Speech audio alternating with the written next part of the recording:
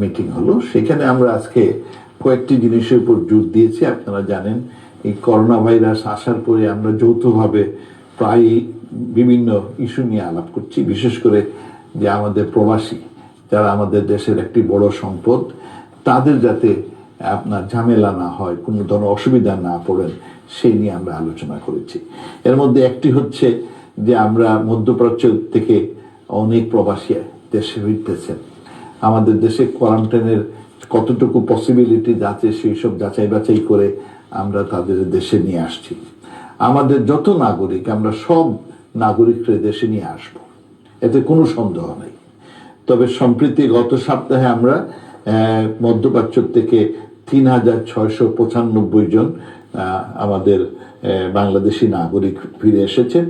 এদের মধ্যে একটি বিরাট সংখ্যক হচ্ছেন মধ্যপ্রাচ্য সরকার সমূহ করোনা ভাইরাস আসার পরে পরে যারা জেলে ছিলেন তাদের মোটামুটি মাফ করে দিয়েছে এবং তাদেরই তারা আগে আগে পাঠাচ্ছে এবং আমরা তাদের গ্রহণ করেছি। তাছাড়া সেই সময় আমরা আরো কিছু যারা ওমরা হজ করতে গিয়েছিলেন তাদেরও গ্রহণ করেছি। আর এর সাথে আছেন কিছু ডিটেইনিজ যারা আনডকুমেন্টেড এবং ইলিগাল ছিলেন, তাদেরও কিছু।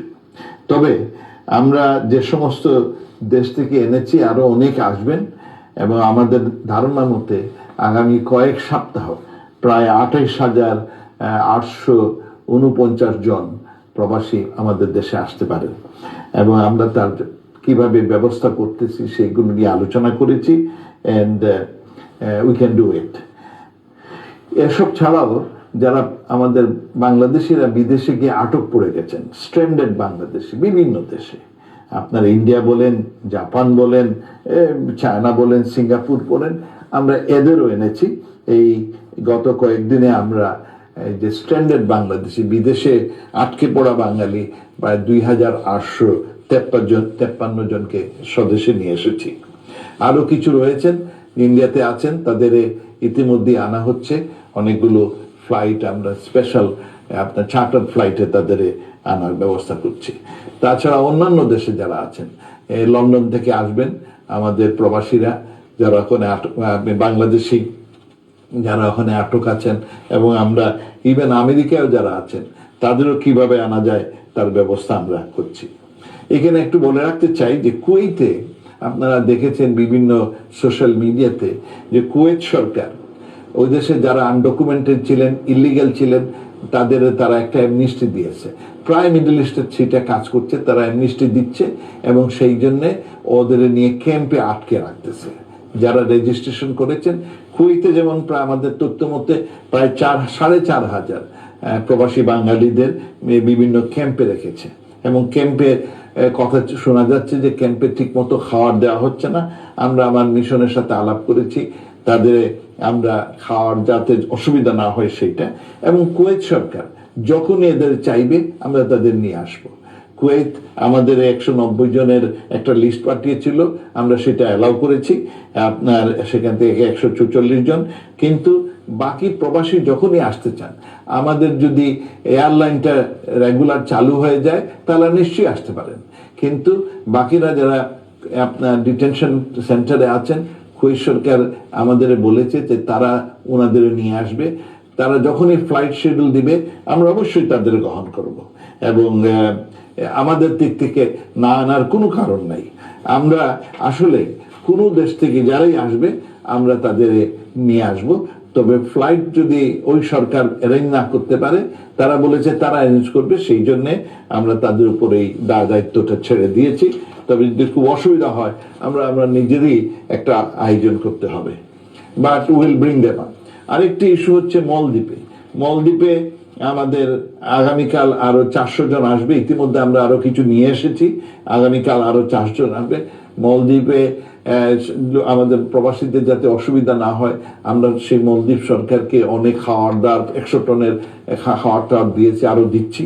এবং তাদের প্রেসিডেন্ট বলেছেন যে ওখান থেকে প্রায় ১৫০০ লোক আসবে, অবশ্যই আমরা তাদের গ্রহণ করব। বাট এর মধ্যেও যখনই আমাদের ফ্লাইট লেট যাবে আমরা তাদের বিভিন্ন খাওয়ার দাওয়ার দিয়ে সাহায্য করব।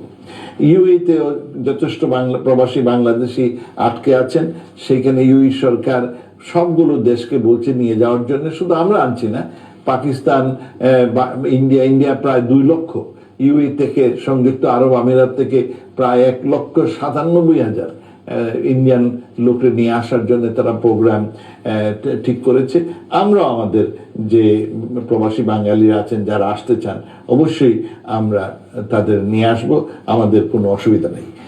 আপনার আগামীতে যে যারা আসবে বিভিন্ন দেশ থেকে, সেটার মধ্যে একটা বড় দেশ হচ্ছে কুয়েত, তারপরে আসছে সৌদি আরব। সৌদি আরব এখনো আমাদের সবার খবর দেয় নাই, বা 4,262 জন হয়তো এই মুহূর্তে তাদের কন্ট্রাক্ট শেষ, তারা আসার সম্ভাবনা আছে। জর্ডান থেকেও আসার সম্ভাবনা আছে, ওমান থেকে 1,000-এর মতো আসার সম্ভাবনা আছে, লেবাননেও আমাদের প্রবাসী অনেকেই আছেন। আমরা তারা আবার বেশ ঝামেলায় আছেন। আমরা চেষ্টা করতেছি যে আমরা IOM কিংবা অন্য কোনো প্রতিষ্ঠানের মাধ্যমে তাদের বিনা পয়সায় আনতে পারি কিনা। কাতার কিংবা এগুলো দেশ থেকে। বড় বিষয় হচ্ছে ইরাকে একটি বড় সংখ্যক আপনার লোকের চাকরি চলে গেছে, এইটা নিয়ে আমরা চিন্তায় আছি, তাদের কিভাবে স্বদেশে ফিরিয়ে নেওয়া আসা যায়। সো আমাদের এই বিভিন্নভাবে আমরা প্রচেষ্টা চালাচ্ছি এদের নিয়ে আসার জন্য। আরেকটি প্রশ্ন আসছে যে প্রবাসীদের লাশ কোনো এই করোনা ভাইরাসে যারা আক্রান্ত হয়ে মারা যান, তারা যেমন সৌদি আরব কিংবা ইউএই, ওরা লাশ কোথাও দিবে না, তারা তাদের দেশে ইসলামী নিয়মে ওখানে তারা তাদের দাফন করবে। এবং অন্যান্য দেশ কেউ যদি লাশটা করোনা ভাইরাসে পাঠায়, তাহলে এটা WHO কোয়ারেন্টাইন সিস্টেমে ওরা পাঠাবে। এর ফলে যে জিনিসটা হবে, লাশ দেশে আনলেও 38 জন কেউ এর চেহারা দেখতে পারবেন না, কারণ ওই লাশের যে কোয়ারেন্টাইন বক্স তৈরি করবে, বক্স থেকে বের করা যাবে না, ওদের নিয়মে, এটা তাদের আইন। এবং সেই জন্য আমরা পরিবার ওদের রিকোয়েস্ট করব যে আপনারা বরং আপনার দোয়া করেন যে আপনার পরিবারের কেউ যদি সেখানে মারা যান বিদেশে, তাহলে যেন ওখানেই তার আল্লাহ, সারা পৃথিবীতে আল্লাহর, সেখানে যেন তাকে আপনার কি করতে পারেন। আর যদি দেশও আনেন, আর সমস্যাটা হবে দেশে আনলে একটা বাক্সটা খোলা যাবে না, এইটা সম্ভব না, তাতে বেশ অসুবিধা হবে, এতে অন্যান্য লোক আক্রান্ত হতে পারে, এই ভয়টা এখানে। দোয়া করেন যাতে এই করোনা ভাইরাস তাকে আমরা মুক্ত থাকতে পারি এবং এই রকম কঠিন সিদ্ধান্তের সম্মুখে আমাদের না পড়তে হয়। আমরা আরেকটি জিনিস বলতে চাই সবাইকে, যখনই এয়ার সার্ভিস শুরু হয়ে যাবে, তখন আমাদের প্রবাসী যে যেখানেই থাকেন চাইলে আসতে পারেন। তবে আমি একটা সবাইকে অনুরোধ করেছি যে আপদকালীন সময় কোনোভাবে যদি ওখানে থাকতে পারেন, আর থাকার পরে নিশ্চয়ই সুযোগ আসবে, তখন আপনারা কাজ করতে পারবেন। আর আরেকটি জিনিস, আমরা পৃথিবীর দেশগুলোকে বলেছি, আমরা যতগুলো ইসলামিক কান্ট্রিগুলো আছে তাদের রিকোয়েস্ট করেছি, অন্যান্য রাষ্ট্রগুলোকে রিকোয়েস্ট করেছি। গত পরশু আমি ইভেন এই যে NAM হচ্ছে বড় প্রতিষ্ঠান, তাদেরও কাছে অনুরোধ করেছি। অনুরোধটা হচ্ছে যে আমাদের প্রবাসী শ্রমিকরা, তারা ওই দেশের এবং বাংলাদেশের উভয় দেশের তারা ডেভেলপমেন্ট পার্টনার, তাদের কায়িক শ্রমের ফলে ওই দেশের উন্নয়ন হয়েছে, আর তাদের যে রেমিটেন্স পাঠিয়ে দেন তার জন্য আমাদের দেশের উন্নয়ন হয়েছে। সুতরাং এই শ্রমিকরা সব দেশের উন্নয়নের একটি বড় রকমের সহায়ক। সেই জন্যে তারা লিগ্যাল হোক ইললিগ্যাল হোক, যে যেখানে আছে সেইখানে সেই দেশ যেন তাদের কেউ যেন না খেয়ে না মারা যায় তার ব্যবস্থা করা, যে no one should die of starvation. আমি সেই জন্য সব রাষ্ট্রগুলোকে অনুরোধ করেছি যে আপনার দেশে যে লোকই আছে, সে legal illegal does not matter, documented undocumented, তাদের নিশ্চয়ই আপনারা খাওয়ার বন্দোবস্ত করবেন এই আপদকালীন সময় অ্যাটলিস্ট। আর দ্বিতীয়ত আমি যেটা ওনাদের সবাইকে অনুরোধ করেছি সেটি হচ্ছে যে যারা ওই দেশে কাজ করেছেন তাদের হঠাৎ করে আপনারা চাকরির থেকে বের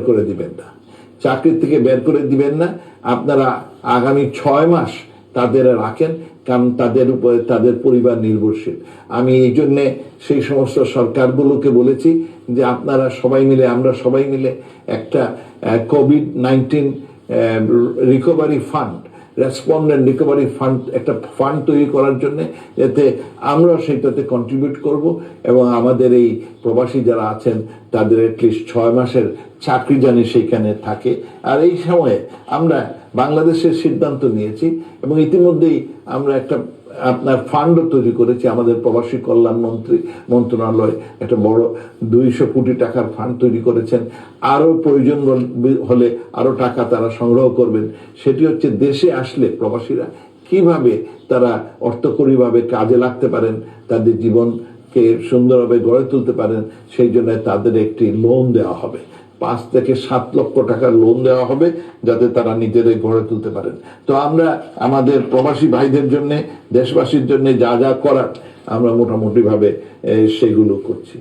আর আগামী এই কিসের মধ্যে আমাদের দেখা যাচ্ছে যে ঢাকায় আমাদের এই কোয়ারেন্টাইন ফ্যাসিলিটি অনেক বেড়েছে। সম্প্রতি আমরা প্রায় 3000-এর মতো, 3000 প্লাস আমরা ঢাকা শহরে দিতে পারবো। আর সারা দেশেও আমাদের কোয়ারেন্টাইন ফ্যাসিলিটিজ অনেক বেড়েছে। তবে আমি আমার প্রবাসী ভাই বোনদের বলবো, আপনার দেশে আসার আগে যদি 14 দিনের কোয়ারেন্টাইন মেনটেন করে আসেন, কিংবা আপনার করোনা ভাইরাস নেগেটিভ, পজিটিভ নয় নেগেটিভ, সেই সার্টিফিকেটটা নিয়ে আসেন, তাহলে আমাদের জন্য অনেক সহজ হবে। আমাদের এয়ারপোর্টে আপনাদের ব্যবস্থাপনা আমরা অনেক ত্বরান্বিত করতে পারবো এবং আপনাদের নিজের বাড়িতে 14 দিনের কোয়ারেন্টাইনের ব্যবস্থা করতে পারবো। আর যদি সেই সার্টিফিকেট না আনেন কিংবা আপনাদের কোনো এই যে করোনা ভাইরাসের কি না থাকে, তাহলে আমাদের এইখানে অবশ্যই 14 দিনের, দেশে আসার পরে 14 দিনের ইনস্টিটিউশনাল কোয়ারেন্টাইন আপনাদের নিতেই হবে। আপনাদের অসংখ্য ধন্যবাদ।